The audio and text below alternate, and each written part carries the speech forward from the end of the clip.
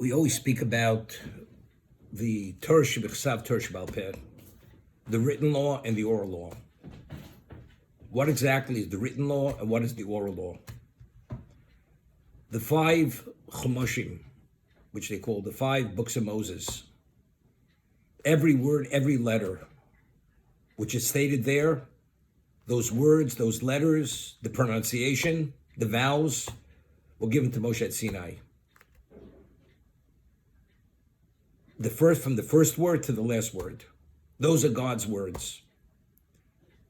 Now, many words in the Torah, many concepts, unless you know exactly what God meant, it's open for endless interpretation.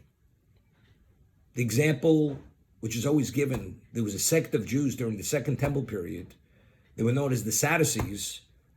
Their belief was that the only part of Torah which is divine is the written law. The oral law is open to interpretation as one chooses to interpret it, as long as the words meet that interpretation. The oral, God never communicated at Sinai what he meant. He only made the statements, those verbal statements, those words with their pronunciation, but other than that, he never said more than that at Sinai. The rabbis, they came and they tell you what God said, although they rejected that.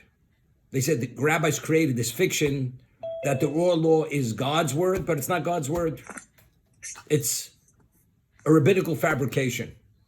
And therefore, they're not bound to the rabbinical fabrication. They have their own understanding. For instance, you're not permitted to put a stumbling block before a blind man. What does that mean? So their interpretation was, if a blind man is walking down the street, you should put a stumbling block to cause him to fall. That's what it means. The rabbis created an interpretation that you should not mislead a person, not present something to a person who's not permitted to cross a line to tempt him, and you should be the cause that he should violate that particular aspect of Torah. For instance, a Nazarite is not permitted to drink wine, and you offer the Nazarite wine, even if you should turn it down. But that you made the offer to him, you're in violation of putting a stumbling block before a blind man. Because since he's not permitted, and every human being is subject to temptation, therefore you're in violation of putting a stumbling block before a blind man. Or if a person asks you for advice in the financial area, and yes, should I sell my field? And you advise him wrongly because you have a personal interest that you want to purchase the field, and you advise him to use the proceeds for something else, which for him is financially more advantageous. But factually, you know that's not the case. You're misleading him. To mislead a person, you're a violation of not to put a stumbling block between a blind man. Since he's not aware that he's being misled, you're a violation. The Sadducees disagreed. But factually, when we begin Pirkei Avos, Moshe Kibbutz Torah Sinai. What did he receive at Sinai? What did God communicate to him? Not only the written law, even the oral law. Every aspect of the oral law is divine. It's very often, when I used to speak publicly, give lectures, so I would say something, and somebody afterwards would quote me and say, Rabbi, you said this. I said, I never said that. But you said something like that. I said, but that's not what I said. Meaning, what I said, I explained what I meant. What you want to interpret my words in a way, because the words that I said are open to your understanding, which is not what I said, but that's not what I said. God was very specific when he said what he said at Sinai, and he said those words. He explained what exactly he meant when he said those words, and all the ramifications of that particular law or concept. And that was given to Sinai. There's nothing that's open for man's interpretation. God will discuss in a moment. God gave us a methodology to interpret the Torah, to be able to understand from where that oral law is extrapolated from. Because you'd say, if there's an oral law, that means the oral law fits the written law. But how do we know? But factually, 99.99% of the oral law is extrapolated and extracted from the words in a way where there's no other way to understand those words other than the way God communicated them. And how is that proven? Through the 13 methodologies of the interpretation of the Torah, which is known as Yud Gimel Midrash HaTorah Nidreshes B'hem. That's how it's confirmed. There's no other way. I'll give you an example. The law is, we speak about a quorum, what we call a minyan. A minyan is 10 Jews, 10 male Jews above the age of 13, which is considered you're an adult. Now, firstly, how do you know that an adult becomes an adult at the age of 13 if he's a boy? To become an adult, you need two things. You need age and you need puberty. If a boy reaches the age of 13, or if you have age, if he hadn't reached puberty, he's not an adult. A girl, she becomes an adult at the age of 12. But again, it's only 12 and puberty. If it's one without the other, that person's not an adult. Now, why is a girl at the age of 12 and a boy is at the age of 13? How do we know this? So the Talmud tells us that it's halacha mishum Sinai. That itself is not rooted in the text. That's purely orally given at Sinai. When God says, what is an adult means this. For a male, 13 with puberty. For a woman, 12 with puberty. That's what it is. That's where it begins. That's where it ends. You feel it should be differently? Well, the child is so precocious. He has a greater understanding than an adult who's 20 times his age. It's irrelevant. The question is, within halachic context, does it have any value? Is there liability? For instance, if a child violates the Shabbos, or eats not kosher, or doesn't fast on Yom Kippur, there's no liability whatsoever. A minor is considered incompetent, regardless of his intellectual capacity. It's irrelevant. To have liability, you have to reach a certain age. It's called adulthood. And who sets the criteria for adulthood? That was communicated to Moshe at Sinai. For male, it's this, and for female, it's that. Now, it was communicated at Sinai that 10 men who are adults, that's a quorum, and that's a microcosm of the Jewish people. So whether you have 1,000 Jews or you have 10 Jews, you're able to do certain things and address certain obligations. For instance, we say Kaddish. Kaddish is a public sanctification of God's name. That's what it is. You could only say Kaddish halachically if you have 10 men, because that's considered a public sanctification. 10 men is a public sanctification, who are adults. 9 men and 1 woman, or 10 women, it's not it. That's not a microcosm of Jewish people. Question is why? Well, because the Talmud says it. Well, all these rabbis, a bunch of male chauvinists. They favor the man, they reject the woman, they don't value the woman. It has nothing to do with this. This is based on the methodology which God gave at Sinai, which is divine. It's called Yud Gimel Midrash HaTorah Nidreshes B'hem. The 13 methodologies to interpret the Torah. Now, a congregation is called Eidah. Eidah. We have 2 words within the context of sanctifying God's name and within the context elsewhere. And one location, the word Eidah means 10, regarding the spies. Of the 12 spies, 10 of the spies brought back ominous reports. And God refers to that congregation as Eidah Hara, that evil congregation. So the Torah already has identified what is the meaning of Eidah, 10 men, but in that context, they're evil.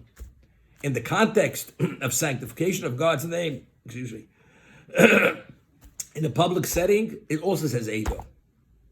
So if it says Eidah, what does Eidah mean? One of the methodologies, if you have 2 words which are identical, and they were given to interpret, just as over there it means 10 men, here it means 10 men. Although it's a different context. In one context, it's regarding as desecrating God's name. In the other context, we're speaking about sanctifying God's name. So why don't women qualify to create the quorum? That has nothing to do with the rabbis. It was communicated at Sinai, 10 men is the quorum. which is the equivalent of the whole Jewish people. That's what it is. It's not the rabbis. The rabbis are just the bearers, as we begin, of the Masorah, of the transmission. It was given to Moshe, Moshe gave it to Yeshua, Yeshua gave it to the elders, and so on and so forth. That's all it is. They didn't create. There's nothing within the Torah, which is the written oral law, which is man's interpretation. It's only communicating what was given at Sinai, and that's the transmission from generation to generation. That's what it is. But of course, we find rabbinic laws, which we discuss, fences. The rabbis have made endless fences. Because without a fence, the Torah law cannot survive.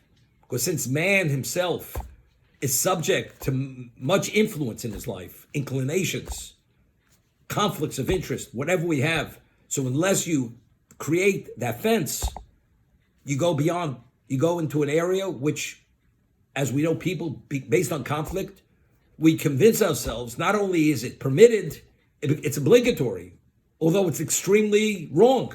Doesn't make a difference. We could turn night into day and day into night if a man wants to. That's the ability, the power of persuasion, of conflict. That's the ability of people. I'll give you an example. If a Jew worships an idol, worships a deity, he's liable for the death penalty. Because God said at Sinai, and God showed at Sinai to us, nobody exists outside of him. He is the omnipotent power, and all these powers of existence, the manifestations of his will. And there's never a moment that any of these powers can act independent of God. Idolatry is, no. Even though they may believe, and this is Nachmanides' words, that God created the world, but you realize God's a creator. God doesn't get involved in maintenance, in the minutiae, to maintain existence. He created existence. So God gave over the control of existence to the hosts of heaven, which are these angels, these deities, and you have to worship and have to interact with the deities.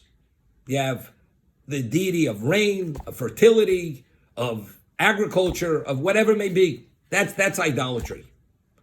So it's interesting. The vast majority of the world are idolaters, are pagans. Let's say before Christianity.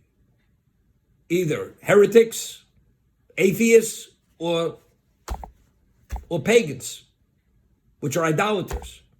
The Jews are a handful of people relative to the world. We say no. And God says, you cross that line, it's like you die before the death penalty. In the Torah, if there's ever a question of your life or violating the Torah, life takes precedence. Person is deathly ill, you have to violate the Shabbos, you violate the Shabbos. You have to violate dietary laws, you violate it's an obligation. You must. Because life is premier. Life has the greatest value. Torah says you should live by my Torah, not to die by my Torah. However, there are three exceptions where human life does not override the Torah. That's idolatry. God says and that's what we say in the Shema every morning, the first paragraph of the Shema. You should love God with all your heart and with all your soul. Meaning that even if it's a question where they give you an ultimatum, either you bow to the idol or you're going to be killed, a Jew has to give his life. That's one of the only instances where human life doesn't take precedence over the law of the Torah. Their idolatry, you cannot do. You must demonstrate your love for God, even to die for him. Murder, they say either you kill this person or we will kill you. You're not permitted to cross that line. You're given an ultimatum. Either commit adultery or incest, or we will kill you. Those are the three only areas where human life does not take precedence over that. You must give your life. And this is all based on text and the oral interpretation of the Torah. This is not the rabbis created this understanding. This is all Torah law, written, and it's the oral interpretation of the law. And there's endless discussion in the Talmud exactly how it's derived from the text itself. How do we learn why these three areas are the only areas? But outside of that, human life takes precedence. Very often, people say, the Shabbat, God wants us to rest. God wants us to have pleasure on Shabbat. And God puts us in the straitjacket for 26 hours every weekend. You know? You can't this and you can't that. Wherever you turn, you're shackled and chained and limited. You understand? A person goes into a jungle and he has to survive. And many of the herbs in the jungle are poisonous. But many of them will actually nourish him and sustain the person. But he doesn't know what, when, or if. But he knows there's one herb he could eat, which is definitely not life-threatening. But all that he doesn't, so what is he going to eat? If he wants to live and not take a chance of dying, what does he do? He eats that one herb, and the rest of the herbs he doesn't. So what's the basis why he's so limited in his variety or availability of food? It's all ignorance, because he doesn't know. A person doesn't know anything about the Shabbos, how to keep the Shabbos, what is, what's not. Person says, they're putting me in a straitjacket. I'm shackled, I'm bound. They tie me to my bedpost, and I can't walk 3 feet away from the post. Of course, if you're ignorant and you know nothing, that's the way you internalize it, that's the way you understand it. But if you understand what it is, there are many things you could do. So you can't cook.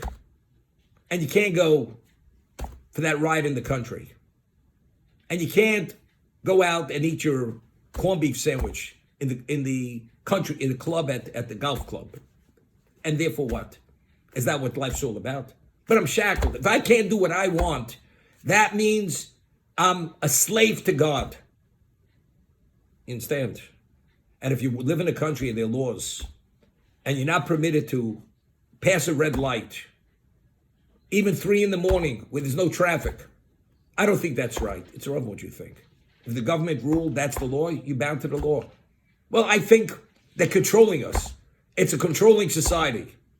If you don't have an understanding of what it means to be a responsible human being and to live within a civilization and within society, otherwise, go live in a desert with the jackals and the hyenas, and you deal with them, and the wolves. Then you'll be a free man. You'll be the fare of all these predator animals they'll eat you alive. That's not. So if you know exactly what the laws are, you're not shackled. Just to the contrary, it's the ultimate day. If you appreciate and understand what you could do, what you can do, it's a day you thrive and you can actually blossom.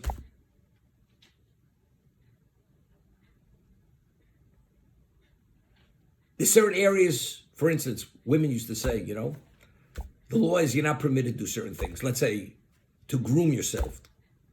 Cosmetics. If you know what you're doing, there's certain ways you can groom yourself. Other ways you can't. I can't go to my hairdresser on the Shabbat. I light the Shabbat candles, and the rabbi says 5 minutes before sundown, I do that. But yet he doesn't let me to go to the hairdresser. Look, you got 6 days a week to go to the hairdresser. But I have my shopping coach. She teaches me how to shop. And I'm taking my bridge class. I can't go to my hairdresser because I have to play bridge. And years ago, they said, I got to play mahjong. And I got to do this and all this other stuff. You mean everything is the way you want it to be. You know something? If you'd be working for a law firm and you want that position, you don't tell the boss you got to go play bridge or mahjong. So what does a little bit of money in a person's pocket do? It makes him believe he's the closest thing to God. You dictate your own life. But when you realize that you're dependent and he's your benefactor, then you understand, what does my benefactor want? If my benefactor is a benefactor, he's not interested in hurting you or limiting you or afflicting you or causing you pain. It's only painful because you don't understand. It's like a person wants to get an education, but he doesn't want to study, and he has to have certain study habits. My parents are torturing me. They make me do my homework. And they have to take an exam to prove I know the material. And what does he do? He becomes a school dropout. So at the end of the day, what does he have to show for his life? What is his capacity? What's his understanding? Well, it all doesn't make any sense. Listen, it's like a person saying the whole world is crazy, but I'm normal. That's exactly what it is. God says, if you understand what I'm saying, you'll see the world through different lenses. But if you want your lenses, then you don't understand what I'm saying. So how do we understand what God said and is still saying until the end of time? You have to understand what he said at Sinai. Not only what he said, not only the written text, but even the interpretation of what he said. And who's credible to communicate that? It's only certain people are credible. Credible players. Now, many years ago, I always speak about my interaction with this professed atheist. And he said to me, Ramosha, he says, why is Rabbi Feinstein always the last word? Why is he always the last word in Judaism? His opinion is the opinion. All the rabbis, their opinion means nothing. What about the conservative rabbi? What about the reform rabbi? I belong to Central Synagogue. Central Synagogue, when they were renovating Central Synagogue, they rented space from the church down the street because the church had services on Sunday and they used the church on Saturday to have their services. That's Central Synagogue. So why is the rabbi who speaks from the, I'm not sure what you call it, the pulpit in the church, why is he not as credible as Rabbi Feinstein? That's the question he asked me. I'm just embellishing the absurdity of the question. So I said to him, let me ask you a question. What is Judaism based upon? Is it just a figment, a thought, a feeling, an understanding? That's what creates Judaism. Anything that comes to mind, that's Judaism. That's what God wants. Or Judaism is based upon something. It's based upon God's word. What was God's word? This person bought the Bible, for $5 million. You go to his office, he has it in a glass case. The first printing of the Bible. He values it to such a degree. Paid $5 million for it. That's the written law. That's God's word. Whether he believes it or not, I'm not sure. Now you have the oral law. That's what Judaism is. And it has to be consistent, conforming with the written law. And it conforming. What does conforming mean? Even if you reject the oral law, they don't even abide by what's written in the text. How they reconcile it, I'm not sure. Well, it doesn't mean that these are all, it's myths, it's concepts, it's symbolisms, it's whatever the way they want to interpret it. They can do everybody has free choice. But factually, we have a Talmud. The Talmud is what? Is the oral interpretation of the written law. So I said to him, how many times do you think Rabbi Feinstein studied the Talmud? Do you know how many times? Minimally 400 times. He has it committed to memory on his fingertips. Instantaneous recall. Your rabbi, what's the basis for his? Once had somebody came to Yad Avram many years ago. Right after Rosh Hashanah, there are a number of fasts we have during the year. One is called Tzom Gedalia, the fast of Gedalia. So his rabbi came from Reform. He says tomorrow it's the fast of Godiva. The fast of Godiva is the day after Rosh Hashanah. You understand? He thought, there's a fast called the fast of Godiva. Godiva's chocolates. That's Godiva. Whatever it is. The ignorance is not to be believed. But you understand, it's what you believe to be. That's what you believe to be, is what it is. Although it's baseless, and we realize we live in a progressive world. Science progresses, technology progresses, everything progresses. But God is immutable. God is eternal. God is infinite. The word of God is his wisdom.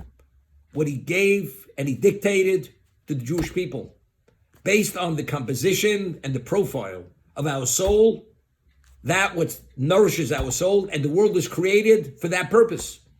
Otherwise, God's not wasting his time. God did not create the world for the nations of the world.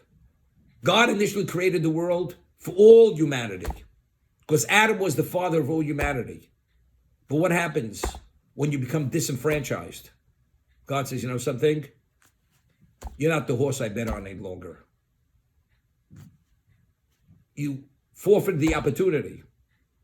Abraham, he proved himself. Avram Avinu, the founding patriarch of Jewish people. His progeny have assumed that profile of and having the capacity to meet all the criteria to meet the objective of creation. Therefore, the world now functions on their behalf because they are the only ones who could meet that. And that's only through the Torah, which took place hundreds of years later at Sinai. The nations of the world, if they want to have value, they have to connect to that program. They don't connect to that program, they have no value. That's what it's all about. Well, there's something the Jews created. It's not something the Jews created. There's God created. God's the creator. Believe what you want. But again, where does it all begin? It begins with what God said. Where did God speak? The only time in the history of existence that God spoke publicly, he communicated to every Jew. There were over 3 million Jews at Sinai, at the mountain. He openly communicated, which was prophecy in a wake state, to every one of them. The first, I am your God who took you out of Egypt. That's the first of the 10 commandments. There should not be any other gods other than me in my presence. That means anywhere in existence. There's no other powers other than myself. Everything is a manifestation of my will, and so on and so forth. That's the 10 commandments. And then you have the interpretation of the 10 commandments. That's where it all began. And that's the basis for our belief. You know, many years ago, there was, right before the fall of the Shah, in those years they called it Persia. Then it became Iran. Okay? So there were many, there's a city, Tehran was a very secular city, very secular. Many of the Jews some of them were even assimilated. But there was a city in Iran, in Persia, was called Shiraz. Shiraz, the majority of the Jews in Shiraz were observant Jews. They weren't learned, but they were committed, observant Jews. And many of the Jews in Persia were very wealthy, very wealthy. And they had relations with the Shah, and that's why. So before he fell, the Shah fell, and the Ayatollah came in. They sent their children, many of them, out of Iran. Because they know once it's locked, they don't know what's going to be. And they sent a lot of their wealth with their children when they left the country. So there was, where I studied in Baltimore, the rabbi there created a setting in the United States to absorb about 1,000 of these students, boys and girls, that they should have an advanced Jewish Torah education. And this will be the foundation for the future of the Persian community. And today, all the rabbis in the United States of any Persian community, many of them studied in Baltimore. And they were ordained from Baltimore. And today they already have grandchildren. And it's due to what this rabbi had done. Okay? So and many of them, all the Iranians who went to, these Jewish boys who went to Georgia, to Atlanta, many of them, they gave up their Judaism immediately there in Atlanta because there was no structure of the Jewish for them. Many of them even assimilated. They married non-Jews. But Baltimore, they remained intact, okay? So the Baltimore Yeshiva had about 100 of these boys, maybe more than 100 of these boys. They set up a special curriculum for them because they didn't have the background. And one thing, they were very committed, and they gave it all that they had to apply themselves. So there was a young man, must have been at 18, and he had a brother going to Johns Hopkins University. And he was a little bit of a student of mine. He was about 18 years old time, and he says to me, he's very upset. His brother, he's close with his brother, and his brother once in a while asks him to visit him in the city. He has an apartment in the city, and he's living with a non-Jewish girl. And sometimes he's in the apartment, and he knows she's there, and he asks him sometimes to stay over, and he says he can't tolerate it. Okay? I said to him, tell your brother I want to speak to him. Tell him I want to speak to him. So he tells his brother, and his brother comes to see me. So I say, I know you come from Shiraz, your parents are observant Jews, and for the past 1,000 years, Shirazi Jews only married Shirazis. They didn't even marry from another province in Iran. They had to know the full pedigree of a person, other the parents would not allow them to marry into the families. Because that's how careful they were with pedigree. He says, it's true. I said, now I hear you're involved with a non-Jewish woman altogether. What's it all about? Don't you realize you're not permitted to do it? He says, well, I think it's okay. I said, you realize you marry this non-Jew, the chain from Sinai is broken. You broke, especially in Shiraz, for the past 1,000 years, every family married, and not only did they marry Jews, they had to know exactly the pedigree of that Jew. Otherwise, they wouldn't allow it. And you're going and just ignoring it and going out the door. He says, well, I'll tell you the truth. I don't even know if there ever was a Sinai. I don't know if there was ever a Sinai. They say there was a Sinai. Maybe there wasn't a Sinai. That's what he says to me. I said to him, I want to ask you a question. Do you believe there was a World War II? Do you believe there was a Holocaust, that 6 million Jews died in the Holocaust? He says, yes. I said, but you weren't alive at the time of the Holocaust. So the Holocaust you believe, but Sinai you don't believe because you weren't there at the time.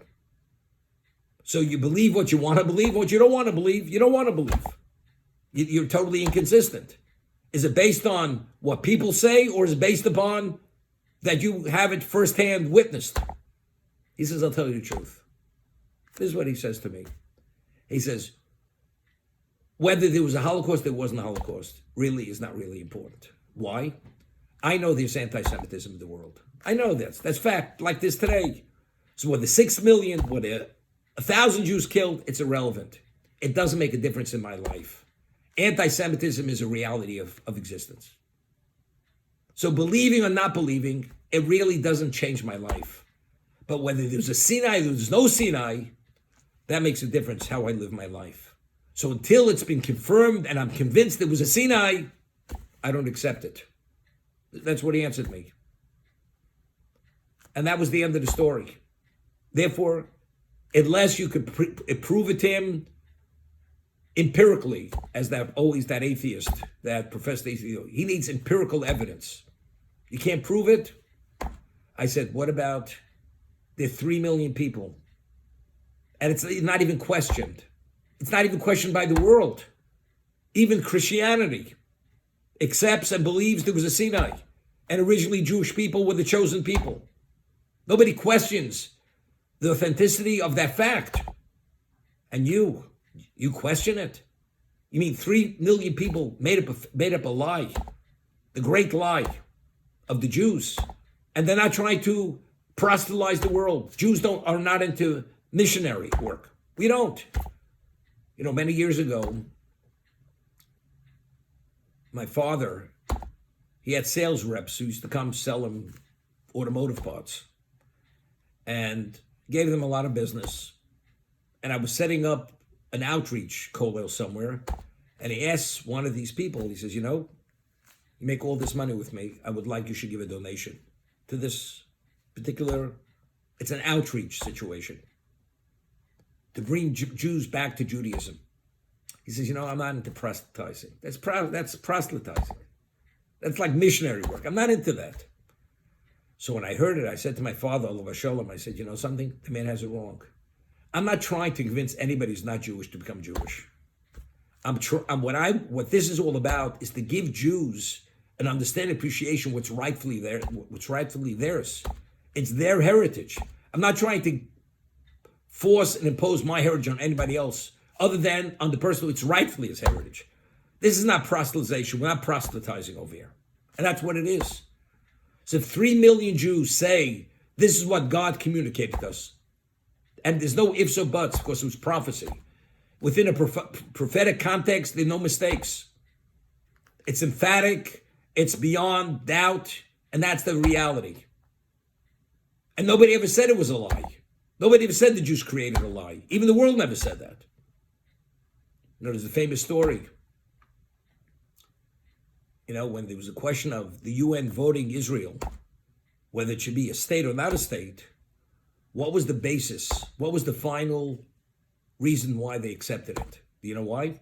Because one of the people got up and said, because it says in the Bible that God created the world and gave it to the Jews, gave the land of Israel to the Jews. That was the end of the story. And it passed. Could you imagine? What did the communists say? What did these say?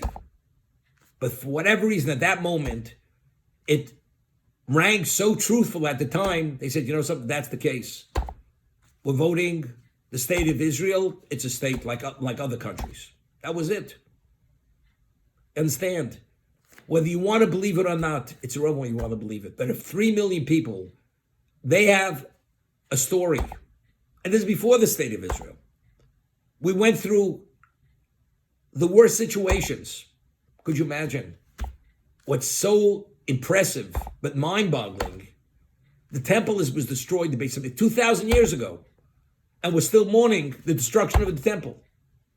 Person has a Harvard degree. He's an astrophysicist. MIT. And the guy's an observant Jew. He's mourning the temple. He said, get over with it already. You have to go get yourself some medication from a psychiatrist. There's too much already. Okay, look, something? If you feel you have to medicate yourself. I don't have to be medicated. Truth doesn't change.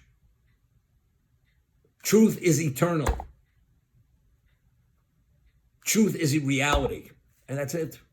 2,000 years, it's irrelevant. Time passes. Factually, we're cut off from our source. A person has a tourniquet on his hand, and his hand is turning green and blue and every other color, and the limb is dying. Well, you realize it's been dying for the past 2,000 years. But if I could somehow revive it, of course I'm going to revive it. Because I want usage of my limb. I want that relationship. Because if you believe in God, God is here, and I want to secure that relationship. I want to restore it. I want to be reinstated as it originally was. And God told us he will come back to us. He will take us back. We just have to make some corrections. Chofetz Chaim writes that, one of the 13 tenets of Jewish belief is we believe in the coming of Mashiach. And we wait for him. And we say, although he tarries, we still wait for the coming of Mashiach. So why is he coming? Things are, if you have 20% at best of Jews who have some degree of affiliation, maybe less. And even the ones who are affiliated, what's the quality of that affiliation? Don't you think he should come already? So Chofetz Chaim explains that you have a king, and he has a princess he's going to marry. So he says to the princess, how long would it take you to prepare to be ready to be married? The king is ready. The moment the princess is ready, he's ready to take her as a wife. But she has to do certain things within her own life before he's able to take her as a wife. Now, the temple's going to be rebuilt. There can be sacrifices. There are many laws. Have to understand how to deal and how that edifice functions. You have to be proficient. Firstly, we're learning the book of Vayikra now, what they call Leviticus, Torah's Kahanim. You have to be proficient in sacrifices. You have to be proficient in the laws of ritual slaughter, the laws of purity, spiritual purity. Many laws you have to be proficient in. God's ready to take us back. We're the ones who are not ready. You get yourselves ready, God's here. It's on our side.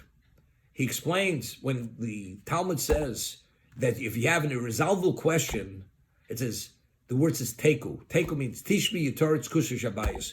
When Eliyahu will come, he will resolve all these irresolvable halakha questions. So the Chofetz Chaim writes, if you applied yourself and you studied and you reached a point where it became irresolvable, he will resolve that. But he's not coming to educate you. When he comes, Eliyahu's mission is not to educate the Jewish people. It's those who are educated, and the certain areas which, despite their involvement, it was irresolvable, he will resolve that. But to start from scratch, where you're totally ignorant, To teach you, to teach the masses. That's not what Eliyahu Navi is. That's not what Elijah the prophet is about. So where is the problem with this? It lies in us. That's what it's about. So we have to somehow shore up. We have to do our best to be in a position that he should come. Otherwise, it doesn't make sense. A person says, today, I'm not sure today, but at one time, you knew that if you sent your child to preschool, to a private school, ultimately, he'll be a candidate to go to Harvard. So paid parents already, Planned Parenthood was where you start your kid in preschool or pre-kindergarten, whatever it was. That's that, because that's where you're going. Because could you imagine a person has a lot of money and the child is 3 years old. He says, Mister, someday I'm going to be in Harvard. I'm going to have a hedge fund. Would you want to give me the money today to invest for you? The kid's 3 years old. So the man says, where did you pick this up? He said, well, that's what my daddy told me to say to you. He says, when you graduate Harvard and you have the hedge funds and you prove that you make a 20% profit, then we'll talk about me giving you money. God says the same thing. I'm ready. But you're a 3-year-old child today. You're not ready for the relationship. Go get yourself educated. Become proficient. And then we'll talk about it. Now, where do you go? Many years ago, there was a woman. She was very educated. She was a friend of some of the women in Yad Avram. And her father died. And her father was one of the biggest real estate people in New York City. And he only had daughters.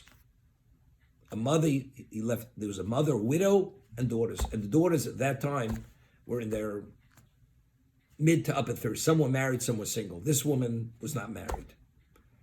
And she started to come to classes. So she says to me, once a week, and there's tremendous fighting in the family over this wealth. And her father owned, on the west side, there was a building, I think, called the Dakota. Alan, the Dakota. He owned that building. That's one of the pieces. Nice building. That's one of the pieces pieces of property he owned. And they're fighting. So I said, so she says to me, we do? Once a week we go and we discuss with a psychiatrist. Yeah? Not a financial advisor, a psychiatrist. I said, a psychiatrist? I said, something like that, it would make sense. If you want to bring peace and harmony, you should go speak to a rabbi. That he should explain to you, first let's figure out what exactly the problem is, and maybe your whole perspectives and understanding of what value of life is, you're missing the point. He says, we never thought about that. That's what she says to me. And she became semi-observant, whatever it was. But again, if you don't even know where to begin, a psychiatrist, a therapist, you have a problem in life. When I first came to New York, there was a person who was involved with me. He saw a psychiatrist from Monday through Thursday every single week. Could you imagine? I said, tell me what does he tell you? And he wasn't medicating him. Because proof he wasn't medicating because he was able to make it to the office the next time. Okay? So I said, what does he do? He says, he creates a schedule for my day. What do I do first thing when I get up? How many hours I stay in the office? When should I buy a suit? When should I shop? When should I vacation? This is what the psychiatrist, you understand how helpless people are. That's how they're made to believe. They become so dependent. And this person graduated the best universities, law degree plus, and ran a major real estate business, which was a family business. He has to tell you how to tie your shoes, and when you should change your undershirt, and when you should go to the Turkish bath, and when you go underwater, how many seconds you stay under before you come up. Is that's what he has to teach you how to do? So if a Jew doesn't know Moshe Kibbutz Torah Sinai, what's the address? Every Jew has to know what is the address to be a Jew. The address is, you have to read the first Mishnah in Pirkei Avos. Where did it all begin? Moshe Kibbutz Torah Sinai. That's where it all began. And what happened there? There were 600,000 men above the age of 20, and they had families and they had wives. So do the math. minimally 3 million Jews. God openly communicated to every one of them. And he took them as his people. And he gave them a prescription of life, articulated, taught by the greatest human being who ever walked the face of the earth. His name was Moshe Rabbeinu. The most humble man who ever existed. They said, we weren't there. Okay? But we have enough credibility that he was there. You know, I always say that people ask the question, the Holocaust. Today it's not such a question any longer, but in the 70s and 80s, young people, because their parents and the Holocaust was still on people's minds, you know, Yad Vashem, Holocaust memorials throughout the United States, Holocaust Museum. So people would say, if there is a God and the Jewish people are valued by him, how do you allow a Holocaust? It doesn't make any sense. So what I used to say, if you have the question, there is no answer. There is no answer.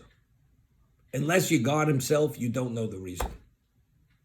But if you have trust in God, you don't need the answer. We don't need the answer. So what I said was this. In life, relationships, what are relationships based upon? Credibility. If a person is credible, you can rely on his credibility. We have a track system with God going back since we left Egypt. That's how far back our relationship goes. We were through thick and thin. Exiles, destructions, and at the end of the day, we always came out on top. First temple was destroyed. 70 years, we rebuilt the second temple. The Jews are already at the height of power. The world reveres them, esteems them. What happens to us? We mess up. We believe when we have that level of financial security, we have minds of our own. We don't have to be told. We don't want to be dictated to. God says, no, if you can't learn the easy way, you have to learn the hard way. So what does God do? He topples us. And what do we start all over again? And this is history. We're toppled, we rebuild, and it goes for a while. Once afterwards, we believe in our own narrative. And again, it repeats itself. And that's what it's all about. But statistically speaking, the Jew should not exist. Physically, spiritually, we should have totally been swallowed up by the world. It's unheard of. You have before the 6 Day War, one thin strip of land in Israel, land of Israel, surrounded by hundreds of millions of Arabs. They want to devour us and destroy us every moment of the day. And you know something? All the UN speaks about is that little strip of land. Does that make sense? You know, John Foster Dulles, the man was a rabid anti-Semite. My father used to curse him every day of the week. You know, he could not tolerate Jews. He wanted the land of Israel to go under. It should not exist. He did whatever he can to undermine politically, State Department, everything. To do whatever he can to destroy that country. A little strip of land. Hundreds of millions of Arabs. What do you want from them? How many Jews were there? A few million Jews. The Jews want to go to Israel. The British, after Holocaust, that's the way you treat Holocaust survivors. You put them back in internment camps in Cyprus. The level of cruelty is not to be believed. Not to be believed. How do you do such a thing? This is what anti-Semitism is all about. But despite all that, where are we today? Well, there's no people as tenacious as the Jewish people. That's why we always rebound. There were other people who were tough. The Romans were tough. You know, the Romans were the brothers of Jacob. Esau was the brother of Jacob. He was a tough guy. They were also tenacious. But they went into to the dustbins of history. The Jews haven't. And not only the Jews known as a people, were known as a religion. Judaism is a religion. Jews and religion, they go hand in hand. The Jews are the people of the Bible. And it'll always be remembered, and that's the profile of the Jewish people. Regardless of what the Jew wants to believe himself. I'm agnostic, I'm an atheist, I'm a heretic, whatever you want to say. But the Jewish people as a whole are known as, it's a religion. Hitler, Yamach Shmo V'Zichron, the Mein Kampf, what bothered him? What could he tolerate? It was the religion, because he knew the religion keeps us alive.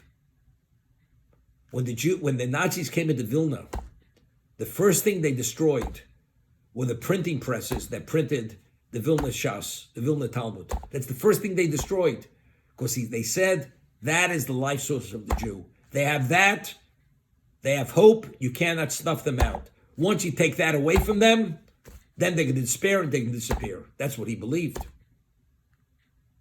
But again, it doesn't make any sense. But we have a track record with God. If you have the track record, we don't have all the answers. But we have that level of trust. If you trust God, it's not a question. It's not a question. Do I have the answer? I don't have the answer. Does the question bother me? It doesn't bother me. Because it only bothers you if you couldn't know the answer. You should try to pursue the solution. But if you can't know it, it's impossible to know. What's the point? You have a right to ask a question if you can learn. But if you can't learn from it, and you only confound yourself, what's the point of asking the question? There's no point in asking the question. Now, there's a question which is asked. It's asked by the Maral of Prague. Before you study Torah, we say a blessing. The blessing is, and there's a question, it may even be a Torah blessing. Besides the Birchas HaMazon, where we grace after meals, which is a Torah obligation. It says when you eat and you're sated, you must bless God. But there's a question whether the blessing we say before we study Torah, that's also a Torah blessing, Torah obligation. But the text was authored by the rabbis, and the text which we say is Lasok b'divrei Torah, to engage in the study of Torah. So the Maral Pragas, it should say Lilmo Torah, to study Torah. What's the engage in the study of Torah? What's the engagement? It's the study. So he goes to explain. A person spends 2 hours studying the Talmud. And after 2 hours, he walks away, he knows less. He's more confused after he studied than before he even approached the Talmud. So he'd say, so tell me, what did you study today? He says, I've come away with less than I thought I knew something. Now I realize I don't even know what I thought I knew. You fulfilled the mitzvah of the study of Torah. How's that possible? The answer is, the Maral explains, the obligation of Torah is the process. Nobody can know something instantaneously. It's to engage in the process. The process to come ultimately that you will understand. It may take a day, it may take a month, it may take a year. Engaging the process, that is the mitzvah of studying Torah. Ultimately, but what about you're engaging in something which is impossible to know? The Talmud says you have to wait for Eliyahu Hanavi to figure this one out. And you say, well, I'm going to figure it out. Something, you're wasting your time. If the Talmud says it's irresolvable and only Eliyahu could elucidate that, that's not studying Torah. That's wasting time. So it's only considered studying if you could come to a solution.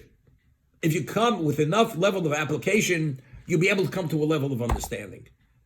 But if after everything's said and done you can't, that's not studying. And that's not the process of studying Torah. It's the same thing. The Holocaust, you could pursue that question and discuss it from now till doomsday. You will never know exactly why it happened. But if you believe in God, and God himself is Atzur Tomipol, he's equitable, and his justice is perfect, so there's no question. But how do you reconcile that? It's beyond our grasp. You have to wait 120 years. When you come before the heavenly court, you'll ask that question to God. He'll explain it to you. Until that, with our limited understanding of many things, it's unanswered. But the question doesn't gnaw at us, Because if you have that trust factor and God has that credibility, the question's not a question. But again, where did it all begin? It all begins, Moshe Kibbutz, we see it. You have to, who is God?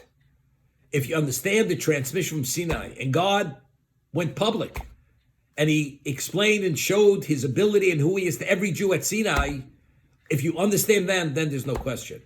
So, but you have to engage in that process of what was given at Sinai, and to be oriented and be exposed to that, then we have that level of understanding of who he is, and he has the credibility, and as a result of that, there is no question. To be continued, as I said, every Sunday we're going to do Pirkei Avos, but every day from 12 to 12:30 we're going to have Chofetz Chaim. 11 o'clock. 11 o'clock we have Daf Yomi, yes. See you later, Rabbi. Thank you. Everybody be Thank well. you, Rabbi. Take Wonderful. care. Alan, you too. Good to see you. Mordechai, Daf Yomi at 11. Take care. Rabbi, Yes. I heard last night that Steve Jacoby's mother passed away. Baruch Dayan Emes. Okay. I know you know him. I remember when his father passed away. I know you know him, so I Yeah. just mentioned it to you. Yeah. How did you find out? Because his daughter is married to my friend Bobby Alter's son, who lives down the street from me. Okay. So some of the funerals up here today. So some of the Jacobys were staying there. I'm gonna wait till after the funeral to call him. Yeah. I'm just saying. Okay. I'm just mentioning it to you. Okay. How old? She must have been an old lady. I don't know any of the details. I remember his father years ago was very sick for many, many years. He had all kinds of I don't know the situations. details. Okay.